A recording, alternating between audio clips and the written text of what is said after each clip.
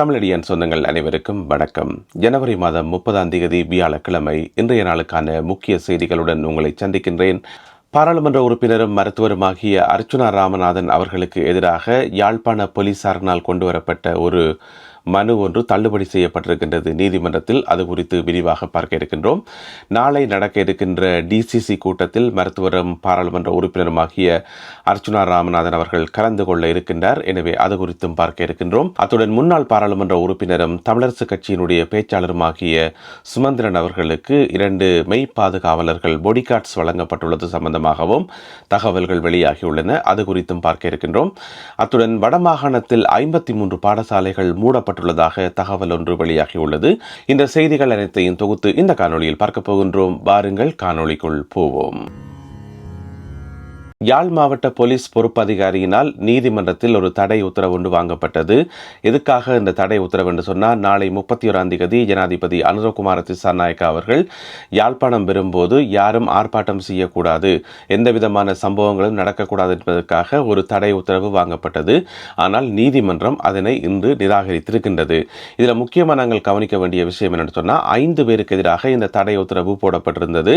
அந்த 5 பேரில் முக்கியமான ஆளார் என்று பார்த்தீங்கன்னு சொன்னால் மருத்துவரும் பாராளுமன்ற உறுப்பினருமாகிய அர்ச்சுனா ராமநாதன் அவர்கள். ஏனென்று சொன்னால், அவருடைய தலைமையில் ஒரு ஆர்ப்பாட்ட பேரணி நடக்க போது, வேலையில்லாத பட்டதாரிகள் அவருடைய தலைமையில் ஆர்ப்பாட்ட பேரணியில் ஈடுபட போகிறார்கள் என்று சொல்லி போலீஸுக்கு யார் தகவல் சொன்னதோ தெரியல. அவர்கள் நீதிமன்றத்தில் போய் ஒரு வழக்கு போட்டு இன்றைக்கு அந்த வழக்கு அந்த மனு நிராகரிக்கப்பட்டிருக்கிறது. முதல்ல மருத்துவர் அர்ச்சுனா ராமநாதன் என்ன சொல்றாரு என்று சொன்னா, நான் அப்படி ஒரு ஆர்ப்பாட்ட பேரணி செய்யறதாக எனக்கு ஒரு யோசனையே இருக்கல, அப்படி ஒரு ஐடியாவே எனக்கு இருக்கல, இது யார் சொன்னு தெரியல, போலீசார் தாங்களே தங்கட பாட்டில் போய் வழக்கு போட்டுச்சினமா என்றது இங்கே ஒரு கேள்விக்குறியா இருக்கு. ஏற்கனவே அனுராதபுரம் போலீஸ் டாக்டர் அர்ச்சுனா ராமநாதனோட மல்லு கட்டி கொண்டிருக்குது. அர்ச்சுனாவா லோச்சனாவான்ற பிரச்சனைக்கு அவர்கள் இன்னும் தீர்வு காணல. நீங்க பாத்தீங்கன்னு சொன்னா, நேற்று அவர் கைது செய்யப்பட்டதே ஏன் கைது செய்யப்பட்டதே ஒரு குழப்பமா இருக்குது. தேவையில்லாம கைது செய்து அனுராதபுரத்திலிருந்து தேவையில்லாம யாழ்ப்பாணம் டீசலை செலவழிச்சு கொண்டு தேவையில்லாம கைது செய்து திருப்பி கொண்டு போய் அண்டாபுரம் நீதிமன்றத்தில் முற்படுத்தி அங்க விடுவிக்கப்பட்டது உங்கள் எல்லாருக்குமே தெரியும். எனவே நேற்றைய நடவடிக்கை கூட ஒரு சந்தேகமாக தான் கிடக்குது. 3ஆம் தேதி ஏற்கனவே அவருக்கு வழக்கு இருக்குது, அவர் வழக்குக்கு போவார். அப்ப நேற்றைய அந்த கைது நடவடிக்கையே ஏன் என்ற ஒரு கேள்விக்குறி இருக்குது. எனவே அனுராதபுரம் போலீஸ் ஒரு பக்கம் நாங்கள் ஏதாவது செய்யணும், நாங்கள் ஏதாவது ஸ்மார்ட்டா செய்யணும்னு சொல்லி ஆரம்பிச்சு அது ஃபெயிலியரா போச்சு. இங்கே யாழ்ப்பாணத்து போலீஸும் தேவையில்லாம ஒரு தடை உத்தரவை கோரி அதுவும் இப்ப நிராகரிக்கப்பட்டிருக்கு. இப்ப கேள்வி என்னன்னு சொன்னா, போலீசாருக்கும் டாக்டர் அர்ச்சுனா ராமநாதன் அவர்களுக்கும் என்னதான் பிரச்சனை? ஏன் மாத்தி மாத்தி ஒவ்வொரு நடவடிக்கைகள் எடுத்து அது கடைசியா போய் ஃபெயிலியரா போய் முடியுது? ஒரு விஷயத்தை நீங்க செய்யாக்கு முதல் நீங்க போலீஸ் தானே, போலீஸ்ல புலனாய்வு பிரிவு எல்லாம் இருக்கும். எனவே புலனாய்வு பிரிவை விட்டு ஃபுல்லா செக் பண்ணி இவர் இப்படி ஒரு நடவடிக்கை செய்ய போறாரா, இப்படியான நோக்கத்தில் இருக்காரான்னு சொல்லி அதெல்லாத்தையும் அலசி ஆராய்ஞ்சு போட்டு ஒரு நடவடிக்கை எடுத்தா அது சரியா இருக்கும்.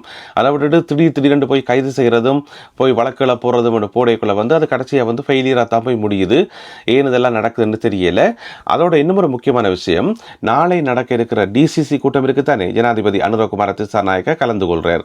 அதுல டாக்டர் அர்ச்சுனா ராமநாதன் அவர்கள் கட்டாயம் சண்டை பிடிப்பார், கட்டாயம் பிரச்சனையை உருவாக்குவார், கட்டாயம் ஏதாவது குழப்பம் நடக்கும் என்று சொல்லி என்னென்ற அந்த முடிவுக்கு வந்தவைன்றது ஒரு மிகப்பெரிய கேள்விக்குறி. ஏன்னு சொன்னா, டாக்டர் என்ன நெத்தியில எழுதி ஒட்டிக்காரா, நான் எல்லாரோடையும் சண்டை தான் பிடிப்பேன், எல்லாரோடையும் முரண்படுவேன் என்று சொல்லி எழுதி ஒட்டி வச்சுக்காரா? இல்லத்தானே?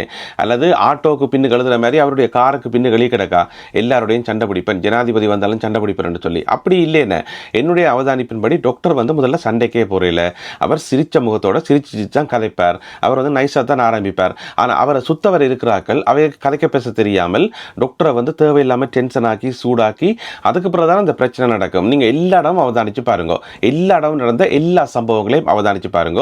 முதல்ல டாக்டர் சுமூத்தா தான் ஆரம்பிப்பார், அதுக்கிடையில கதைக்க தெரியாம கதைச்சு மற்றாக்கள் கோவப்படுத்துற மாதிரி கோவப்படுத்தி டாக்டரை டென்ஷன் ஆக்கி போட்டு அதுக்கு பிறகு முத்திர குத்துறது, டாக்டர் கதைக்க தெரியாது, டாக்டர் வாய் காட்டுறார், டாக்டருக்கு நடந்து கொள்ள தெரியாது, ஒரு விஷயத்தை கையாள தெரியாது, அப்படி இப்படி என்று சொல்லி.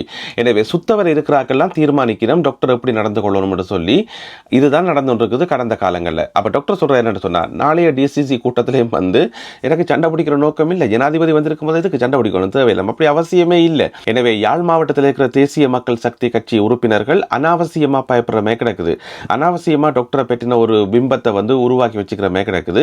அப்படியெல்லாம் இல்லை. அதை விட இன்னும் ஒரு முக்கியமான விஷயம், ஜனாதிபதி அனுரகுமார திசாநாயக்கா அவர்கள் விரைக்குள்ள ஆர்ப்பாட்டம் செய்யக்கூடாது எதுவும் சட்டம் இல்லையே. மக்களுக்கு ஏதாவது குறைகள் இருந்தால் அவர்கள் போராடத்தான் செய்வார்கள், வீதியில் இறங்கத்தான் செய்வார்கள். அதை தடுக்க முடியாது. அது மக்களுக்கான ஜனநாயக உரிமை. அதை விட நாளைய டிசிசி கூட்டத்தில் ஒரு பேச்சுக்கு டாக்டர் அர்ச்சுனா ராமநாதன் அவர்கள் 4 காரசாரமான கேள்வியை கேட்டுட்டார் வைப்போம். அதை ஜனாதிபதி அவர்களால் எதிர்கொள்ள தெரியாதா? அவர் எதிர்கொள்வார் தானே. ஏன் யாழ்ப்பாணத்தில் இருக்கிறார்கள் தேவையில்லாமல் பயப்படுறீங்க? யாழ்ப்பாணத்தில் இருக்கிற தேசிய மக்கள் சக்தி கட்சி அமைப்பாளர்கள் தேவையில்லாமல் பயப்படாமே கிடக்குது. ஏன்னு சொன்னால் ஜனாதிபதி அனுரகுமார திசாநாயக்காவே பாராளுமன்றத்தில் எத்தனையோ தரம் அவர் முதல் பாராளுமன்ற உறுப்பினராக இருக்கக்குள்ள எத்தனையோ காரசாரமான விவாதங்களை முன் வச்சுக்கார், காரசாரமாக பேசிக்கார், பயங்கர கேள்வியெல்லாம் கேட்டுக்கார் தானே. நாங்கள் எத்தனையோ வீடியோக்களை பார்த்துருக்கிறோம். எனவே அனுரகுமார திசாநாயக்கா அவர்களுக்கு அது எல்லாமே தெரியும்.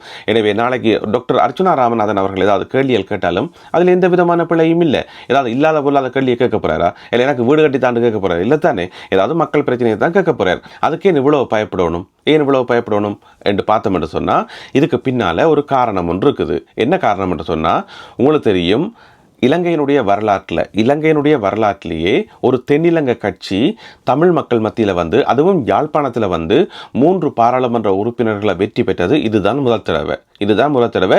அது தென்னிலங்கையில் இருக்கிற நிறைய சிங்கள கட்சிகளுக்கு ஒரு வகையான பொறாமை என்று சொல்லலாம், ஜெலஸ் என்று சொல்லலாம்.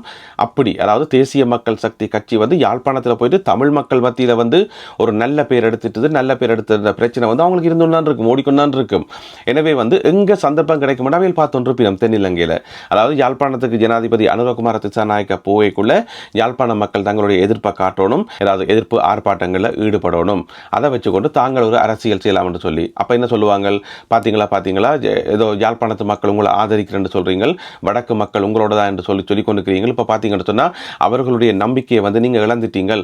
அவர்களே உங்களுக்கு எதிராக வீதிக்கு இறங்கி போராட ஆரம்பித்து விட்டார்கள். எனவே நீங்கள் ஆட்சி செய்கிறது சரியில்லை என்று சொல்லி அங்கே தென்னிலங்கையில் இருக்கிற எல்லா கட்சிகளும் அதை ஒரு பிரச்சாரமாக பயன்படுத்துவார்கள். எனவே இப்படியான ஒரு பேர் தென்னிலங்கையில் வந்துடக்கூடாது என்றதுக்காகத்தான் இப்படியான கட்டுப்பாடு எல்லாம் வைக்கிறீங்களா என்ற ஒரு மிகப்பெரிய கேள்விக்குறி ஒன்று வருது. அதுபோக நாளைக்கு நடக்க இருக்கிற டிசிசி கூட்டம் 4 மணித்தியாலமாக தீர்மானிக்கப்பட்டிருந்தால் முதல் அது இப்போ 2 மணித்தியாலமாக குறைக்கப்பட்டிருக்காம். அதுபோக பாராளுமன்ற உறுப்பினர்கள் யாருமே மக்களுடைய பிரச்சனைகளை நாளைக்கு முன்வைக்கிறதுக்கோ நாளைக்கு ஏதாவது கேள்விகளை கேட்கறதுக்கோ அனுமதி இல்லை என்று சொல்லி ஒரு தகவல் வந்திருக்குது. அது உண்மையா இல்லையா என்றதை தேசிய மக்கள் சக்தி கட்சியினுடைய யாழ் மாவட்ட பொறுப்பாளர்கள் தான் அதை முடிவெடுக்கணும், அதை பற்றி தெளிவுபடுத்தணும். என்ன இருந்த போதிலும் கூட நாளைக்கு நடக்க இருக்கிற டிசிசி கூட்டத்தினுடைய முடிவில் தெரிய வரும். இதை விட முக்கியமான விஷயம் என்னன்னு சொன்னால் நாளைய டிசிசி கூட்டத்தில் சுயாதீன ஊடகவியலாளர்கள் அனுமதிக்கப்படுவார்களா, மிக முக்கியமாக யூடியூபர்ஸ் அனுமதிக்கப்படுவார்களா என்றது ஒரு கேள்விக்குறி. எனவே அதையும் நாங்கள் பொறுத்திருந்து பார்க்கணும் என்ன நடக்க போகுது என்று சொல்லி. அப்படி சுயாதீனமாக இயங்குகிற யூடியூபர்ஸ் அனுமதிக்கப்பட்டால் மட்டும்தான் அங்கே என்ன நடக்குது என்ற விஷயம் வெளியில் தெரிய வரும். ஏனென்று சொன்னால் ஜனாதிபதியினுடைய பாதுகாப்பை கருத்தில் கொண்டு தடை விதிக்கிறோம் என்று சொல்லி ஏதாவது தடைகள் விதிக்கப்படுதா இல்லையான்னு தெரியல. எனவே அது என்ன நடக்க போகுது என்பதை நாங்கள் பொறுத்திருந்து பார்ப்போம். எனவே எங்களுக்கு என்ன விளங்குது என்று சொன்னால் மருத்துவரும் பாராளுமன்ற உறுப்பினரும் ஆகிய அர்ச்சுனா ராமநாதன் அவர்கள் குறித்து எல்லா தரப்பிலையும் ஒருவித பயமும் ஒருவித எச்சரிக்கை உணர்வும் தான் இருக்குது. இது மட்டும் மறக்க முடியாத உண்மை. முன்னாள் பாராளுமன்ற உறுப்பினரும் இலங்கை தமிழரசு கட்சியினுடைய பேச்சாளருமாகிய சுமந்திரன் அவர்களுக்கு 2 பொடிகார்ட்ஸ் 2 மெய் பாதுகாவலர்கள் வழங்கப்பட்டுள்ளதாக தகவல்கள் வந்திருக்குது. டாக்டர் அர்ச்சுனா ராமநாதன் அவர்களும் அதை ஏன் என்று கேள்வி கேட்டிருக்கிறார். ஏன் வழங்கப்பட்டிருக்கின்றது ஒரு கேள்விக்குறிதான். என்னத்துக்கு இப்போ வழங்கப்பட்டிருக்க என்ன பாராளுமன்ற உறுப்பினரா அல்லது ஏதாவது பெரிய பதவியில் இருக்காரான்னு தெரியல. எதுக்காக திடீரென்று அவருக்கு 2 பொடிகார்ட்ஸ் வழங்கப்பட்டிருக்குன்னு சொல்லி ஏற்கனவே அவர் தேர்தலில் வெற்றி பெறையில் மக்களால் நிராகரிக்கப்பட்டிருக்கார். அது மறக்க முடியாத உண்மைதானே. அப்படி இருக்கும்போது தன்னுடைய சொந்த மக்கள் மத்தியில் இறங்கி நடமாடி திரியும் போது அவருக்கு பொடிகார்ட்ஸ் தேவைப்படுது என்று சொல்லும்போது அது இன்னும் ஒரு வகையான தோல்வியாக தான் நாங்கள் பார்க்கணும். உங்களுடைய சொந்த மக்கள் மத்தியிலேயே நடமாடி திரியும் போது, அதாவது யாழ்ப்பாணத்துக்குள்ளேயே நடமாடி திரியும் போது உங்களுக்கு 2 பேர் பொடிகார்ட்ஸ் வேணும் என்று சொன்னால் அப்போ உங்களுக்கு மக்கள் மேலே நம்பிக்கை இல்லையா என்ற கேள்விக்குறி வருது தானே. அப்போ அது ஏன் என்ற கேள்விக்குறி வருது. தொடர்ந்து அவர் மக்களில் இருந்து அந்நியப்படுறாரா என்ற ஒரு கேள்வியை அதை எழுப்புது. எனவே இன்று வரைக்கும் யாருக்குமே தெரியாது எதுக்காக அவருக்கு பொடிகார்ட்ஸ் வழங்கப்பட்ட என்று சொல்லி. அமைச்சரான ராமலிங்கம் சந்திரசேகர் அவர்களே, கடற்றொழில் அமைச்சர் ராமலிங்கம் சந்திரசேகர் அவர்களே எந்த விதமான பொடிகார்ட்ஸும் இல்லாமல் எல்லா இடமும் சிம்பிளாக போயிட்டு வரார். எல்லா தரப்பு மக்களோடையும் சந்திக்கிறார், கதைக்கிறார், அவர்களோடு சேர்ந்து டீ குடிக்கிறார், அவர்களோடு சேர்ந்து நல்ல அந்நியோன்யமாக பழகிறார், எல்லாம் செய்கிறார். ஒரு பிரச்சனையுமே இல்லை. அப்படி இருக்கும்போது எந்த விதமான பொறுப்பிலையும் இல்லாத சுமந்திரன் அவர்களுக்கு எதுக்காக 2 பொடிகார்ட்ஸ் வழங்கப்பட்டிருக்கு என்றது ஒரு மிகப்பெரிய கேள்விக்குறி. எனவே பொறுத்திருந்து பார்ப்போம். எப்படியோ தெரிய வரும் தானே. வடமாகாணத்தில் இதுவரை 53 பாடசாலைகள் மூடப்பட்டுள்ளதாக தகவல் ஒன்று வெளியாகி இருக்கிறது. எதுக்காக இந்த பாடசாலைகள் மூடப்பட்டிருக்கு என்று சொன்னால், போதிய அளவு மாணவர்கள் இல்லை என்று சொல்லி. எனவே மாணவர்கள் இல்லாத போது ஆசிரியர்கள் மட்டும் போய் பாடசாலையில் இருந்து ஒன்றும் செய்ய முடியாது. எனவே தொடர்ச்சியாக பாடசாலைகள் மூடப்பட்டு வருவதாக, மிக குறிப்பாக பின்தங்கிய கிராமங்களில் இருக்கின்ற பாடசாலைகள் மூடப்பட்டு வருவதாக சொல்லப்படுகின்றது. இது ஒரு ஆபத்தான போக்காகும். ஏனென்று சொன்னால், ஏற்கனவே எங்களுடைய மண்ணில் எங்களுடைய எண்ணிக்கை தமிழ் மக்களுடைய எண்ணிக்கை குறைஞ்சொண்டே போகுது. நிறைய பேர் வெளிநாட்டுக்கு போகிறதும் புலம்பெயர்ந்து போகிறதும் என்று இருக்கிறபடியால் ஏற்கனவே எங்களுடைய எண்ணிக்கை குறைஞ்சொண்டு போகுது என்று சொல்லி ஒரு புள்ளி விவரம் ஏற்கனவே வெளிவந்திருக்குது. அப்படி இருக்கும்போது படிக்கிறதுக்கு மாணவர்கள் இல்லாமல் பாடசாலைகள் தொடர்ச்சியாக மூடப்பட்டு கொண்டு வரது ஒரு ஆபத்தான போக்குத்தான். இது எங்கே போய் முடியும் என்று தெரியல. இப்போ அண்மையில் பார்த்தீங்கன்னு சொன்னால், கனகராயங்குளம் பகுதியில் ஒரு பாடசாலை மூடப்பட இருக்காம். அதாவது கனகராயங்குளம் புதுக்குளம் பகுதியில் இருக்கக்கூடிய பண்டிதமணி வித்தியாசாலை என்று சொல்லப்படுற ஒரு பாடசாலையில் இருக்கிறதே 3 ஆசிரியர்களும் 3 மாணவர்கள் மட்டும்தானாம். அதனால் அந்த பாடசாலையை தொடர்ந்து இயக்க முடியான்னு சொல்லி கனகராயங்குளம் புதுக்குளம் பண்டிதமணி வித்தியாலயம் அந்த பாடசாலை மூட உள்ளதாக தகவல் ஒன்று வெளியாகி இருக்கின்றது.